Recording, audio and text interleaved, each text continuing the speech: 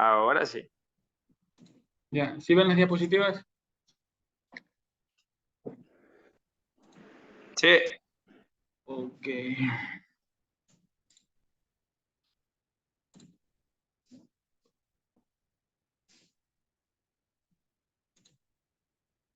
Ya, empecemos. Buenas tardes, señores, señoritas. Mi nombre es Freddy Campuzano.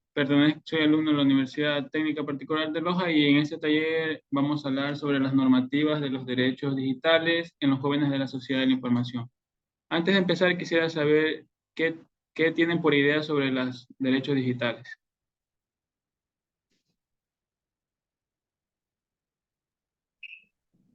Melanie va a hablar, dice Melanie Bonilla.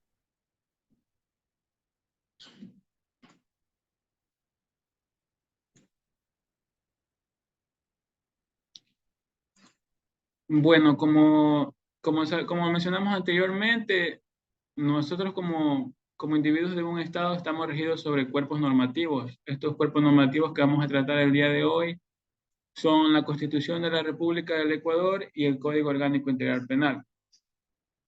Como sabemos, la Constitución del Ecuador es la norma suprema a la cual estamos sometidos por ser miembros de nuestro Estado. Y a la vez, el Código Orgánico Integral Penal, o COIP, es el poder punitivo. ¿Qué hablamos por poder punitivo? El que tipifica las infracciones penales. Para hablar un poco más, el mundo digital está convirtiendo en la nueva era de la información. Por eso nosotros debemos llevarlo de una manera más adecuada para tener un mejor beneficio para nosotros. Es incluso que nuestros jóvenes son los que están arrasando con esta época de la tecnología y de tal modo que tenemos que comprometernos un poco más para poder llevar juntos de la mano todas las normativas legales, a su vez para saber cuáles son nuestros límites y estar protegidos de diferentes formas de ser expuestos o a ser víctimas de algún tipo de delito cibernético. ¿Han escuchado alguna vez sobre los delitos cibernéticos? Hay muchos delitos cibernéticos. En la actualidad, pues, en las instituciones educativas, colegios, hay bastantes acosos, bastantes ataques, bastante bullying a través de las redes, de la tecnología.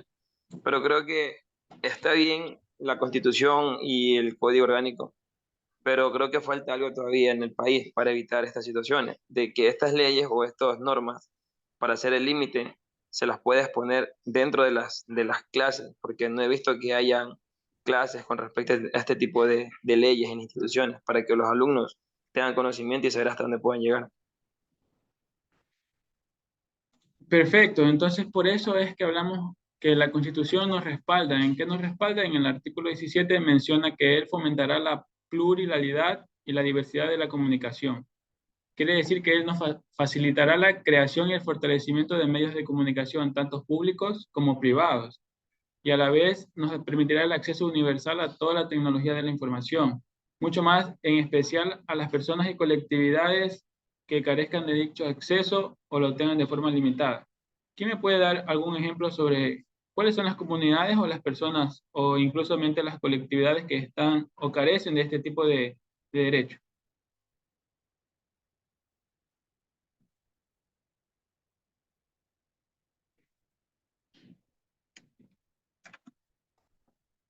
Bueno, las Los barrios, personas, los barrios las suburbanos. Claro, las personas que carecen de este tipo de derechos son las colectividades o personas que están alejadas de las ciudades principales, como los pueblos aledaños o los sectores menos, menos visitados por la tecnología, como el campo. Entonces, este tipo de personas, incluso más, tienen más derechos sobre este tipo que se llama fomentar la pluralidad y la comunicación en la información. Y también en nuestra Constitución, ella nos reconoce y nos garantiza, pues nos garantiza el derecho a la protección de datos de carácter personal. ¿Con qué quiero hablar con protección de datos de carácter personal? Es que nosotros como individuos tenemos el derecho de que nuestros datos están totalmente protegidos y no pueden ser expuestos. La única forma de que esto puede ser autorizado es mediante una autorización del titular, o sea, de uno mismo o de algún mandato de la ley, ya sea por un juez que esté inmiscuido en alguna investigación. ¿Quién no le ha pasado que algunas veces le han vulnerado su privacidad en alguna página de redes sociales? A muchas personas le ha pasado esto, entonces para que tengan conocimiento, ellos tienen la protección del Estado para poder hacer una denuncia acerca sobre vulneración de sus derechos, de sus datos personales. Es por eso que los derechos digitales son una extensión de los derechos humanos durante esta era digital. ¿Y cuál es su finalidad? Es la de proteger y garantizar la seguridad de las personas cuando se conectan al Internet. ¿Ustedes se sienten seguros cuando se conectan a Internet? Yo ya no, desde que me hackearon Facebook, ya no. Yo tampoco.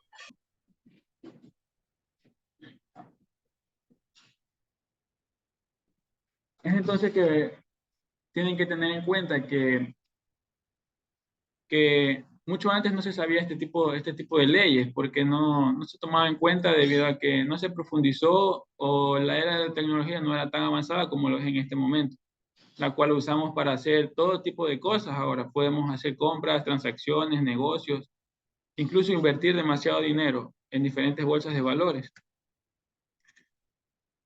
Es por eso que la tecnología de la información y la comunicación han cambiado la forma en que se vulneren estos derechos fundamentales, como son los derechos a la privacidad, derecho a la libertad de expresión, acceso al Internet, protección de datos e incluso el derecho al olvido.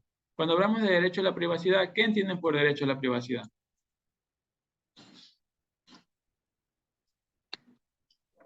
Claves, contraseñas de cuentas privadas como Facebook, Instagram, donde tenemos informaciones propias, ¿no?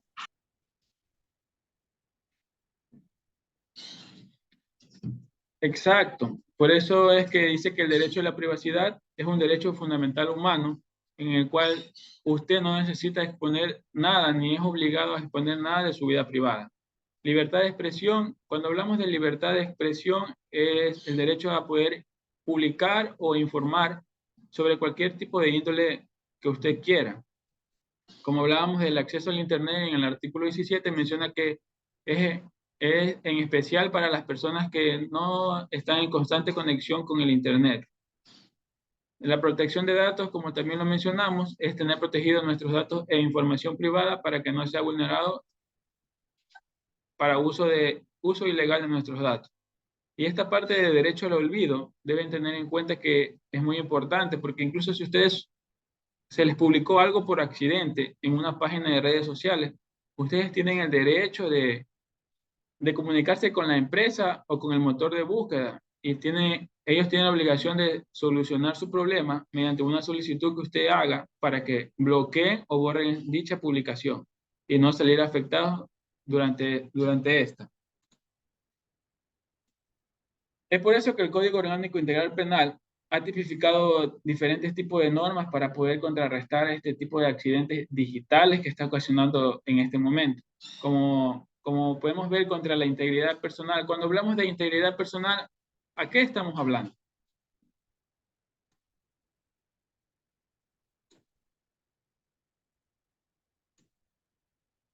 Bueno, muchos hemos sufrido el tipo de bullying, el bullying cibernético. Este bullying cibernético es un acoso prácticamente y un delito invisible. Más lo sufren los jóvenes de instituciones educativas porque es algo silencioso, algo que solamente ellos se lo guardan. Es entonces que la instigación al suicidio entra contra la integridad personal debido a que es producida por un grupo de personas o personas que mediante el tipo de amenazas, consejos, órdenes concretas o algún tipo de reto, mediante cualquier tipo de comunicación verbal, tanto física o digital, involucren a la víctima tanto para ingresar a un grupo de algún tipo de institución. Esto más sucede en los jóvenes, quienes cuando ingresan al colegio o a las escuelas deciden buscar a un grupo y ese grupo está dirigido por un líder y este líder a veces realiza demasiados retos que incluso están en juego la vida de uno mismo. Es entonces que este tipo de delito es penado contra la ley de 1 a 3 años. Y durante el estudio de esta ley, la Ley Orgánica reforma el Código Orgánico Integral Penal para prevenir y combatir la violencia sexual digital y fortalecer la lucha contra los delitos informáticos.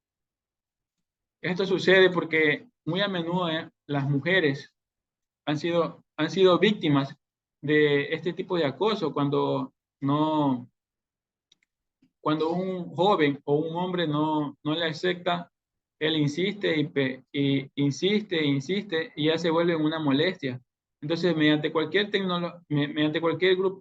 herramienta tecnológica o digital, cual usted moleste, perturbe o angustie de una forma insistente a otra persona, también es considerado un delito y es penado contra la ley de 1 a 3 años. Aquí también ingresan lo que son las contravenciones de acoso escolar y académico. Esto se da en las escuelas, instituciones educativas, en donde implica una conducta negativa, una intimidación, ridiculización, una difamación, o muchas veces hostigamiento o cualquier acto de maltrato psicológico al estudiante. Este tipo de acoso no es penado con una pena privativa, sino que lo podrá no será penado con una pena privativa, pero tendrá una medida de reparo. ¿A qué se refiere una medida de reparo? Pues el padre del estudiante que acose a la víctima tendrá la obligación de indemnizar al joven estudiante mediante algún tipo de tratamiento psiquiátrico o algún tipo de psicólogo. También encontramos muchas veces en páginas cibernéticas, páginas web o en anuncios publicitarios de la Internet, las ofertas de servicios sexuales con menores de 18 años. Deben tener en cuenta y mucho cuidado porque estas páginas son a veces filtradas en el Internet sin algún tipo de restricciones. Es por eso que nosotros como jóvenes mayores de 18 años tenemos que tener en cuenta que la persona que facilite, que utilice algún, algún, algún tipo de esta publicación en redes sociales, como pueden ser los fotoblogs, los blogs, incluso en juegos. En casa tenemos menores, los cuales tenemos que tener una supervisión exclusiva del Internet. Hay aplicaciones en las cuales usted puede bloquear este tipo de páginas para no ser abiertas por los menores accidentalmente. Cuando hablamos contra los derechos a la intimidad personal y familiar, ¿qué se les viene a la mente? Ya, pues como la palabra dice, pues ya incluye ya lo familiar. En lo que uno tiene fotos de la familia, paseos, todo. La página tiene el derecho de resguardar, de proteger ese tipo de información o fotos, videos. Muy bien, entonces, como lo menciona en el artículo 178 del COIP, la violación a la intimidad. Personas que sin contar con su consentimiento o autorización legal accedan, intersecten, divulguen, promulguen, graben videos o difundan cualquier tipo de información, tanto personal como de información de empresas, están cometiendo un grave delito. Esto a veces suele suceder mucho cuando hay ciertas riñas entre adolescentes y comienzan a hacer videos insultivos o videos de difamación para afectar a la otra parte. Entonces, esto también es un delito muy grave y está penado de 1 a 3 años con pena privativa de libertad. Contra la propiedad, cuando hablamos contra la propiedad, hablamos de los negocios que hubo un boom cuando hubo lo de la pandemia del COVID-19. ¿Quién de ustedes no hizo algún tipo de transacción electrónica durante esa pandemia? ¿Alguien hizo alguna contratación por internet o por mensajes instantáneos? Eso se ha vuelto ahora, como quien dice, el boom de poder hacer actos ilícitos, porque ahí donde mencionamos en el artículo 190 la apropiación fraudulenta por medios electrónicos. Entra este tipo de personas que mienten y engañan a las personas para poder hacerse acreedor a sus bienes ajenos. La reprogramación o modificación de información en equipos terminales móviles. Quiere decir cuando usted va, por ejemplo, a comprar equipos electrónicos y no son debidamente legalizados. También podemos hablar sobre la comercialización ilícita de terminales móviles. Ahora en el Ecuador existen varias terminales móviles como son CNT, Claro, y hay muchas más que se están incorporando, pero deben ser debidamente legalizadas para poder estar correctamente. Y cuando hablamos de delitos contra la seguridad de los activos de los sistemas de información y comunicación, pues hablamos de la revelación ilegal de base de datos. Nadie puede revelar algún tipo de información, tanto pública como privada, sin una debida autorización. El ataque a la integridad de los sistemas informáticos también es penado contra la ley. Esta pena privativa va de 1 a 3 años también. Y como vemos en las reformas del COIP, endurecen las sanciones de fraudes bancarios. En esta parte tenemos que tener mucho cuidado porque el mundo cibernético es un tipo de delito que se conoce como phishing, que se trata de un ataque informático. Por lo general usan correos electrónicos para estafar a personas. ¿Cómo cree que funciona el phishing? Pues el phishing funciona en que consiste en que el robo de la información personal o financiera del usuario a través de una falsificación de un ente de confianza. Cuando hablamos de un ente de confianza puede ser un ente bancario. Como hace pocos días veía en una página de internet en el cual me abría directamente al banco del Pichincha, pero no salía una página debidamente legalizada, sino que era una página en la cual iban a ir mis datos a otra página para poder hackear mi cuenta bancaria. Entonces deben tener mucho control en este tipo de cosas porque puede que estas personas, estas personas solo quieran robar sus datos personales para poder ingresar a su cuenta bancaria y así poderse hacer acreedor a su dinero. Entonces, ¿qué podemos concluir de esto, caballero Leolandia? ¿Me puede dar con una conclusión? Que tenemos que evitar compartir cierto tipo de informaciones porque pueden ser hackeadas. Y ser muy desconfiados en este tema cibernético porque todas las páginas, todas las aplicaciones siempre piden muchas informaciones propias, fecha de nacimiento, contraseña y todo lo demás. Y a veces tendemos a poner y poner nada más, pero no nos damos cuenta en qué estamos metiendo. Muchas veces nos metemos a páginas en las cuales nos están robando o están tratando de atacar nuestra ética moral y cosas así. Entonces tenemos que ser bien tinosos a la hora de utilizar la tecnología. ¿Alguien más que me pueda ayudar?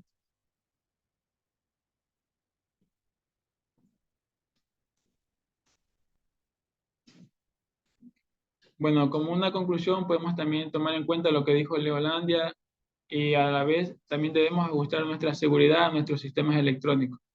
Cabe recalcar que nosotros, como usuarios de estos sistemas electrónicos, debemos implantar en nuestros equipos electrónicos sistemas en los cuales nos sentamos protegidos con nuestra información privada. Además, también debemos cuidar nuestra información para evitar ser robada por personas fraudulentas que solo buscan o quieren usurpar nuestros datos para beneficiarse de ellos.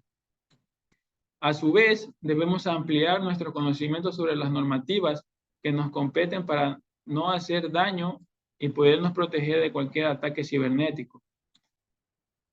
También tenemos que actualizarnos diariamente sobre nuestros derechos en los sistemas digitales. Junto con esta era de la tecnología, en un futuro no muy lejano, va a ser tomada por todo el mundo y prácticamente todos estaremos haciendo transacciones o compras por internet. Es decir, que la normativa de los derechos digitales en los jóvenes de la sociedad de la información da mucho que todos tenemos que comprometernos a poder tener una seguridad íntegra en nuestros sistemas electrónicos para poder beneficiarnos de este tipo de información. Bueno, señores, muchas gracias por su atención. Esto fue todo. Gracias.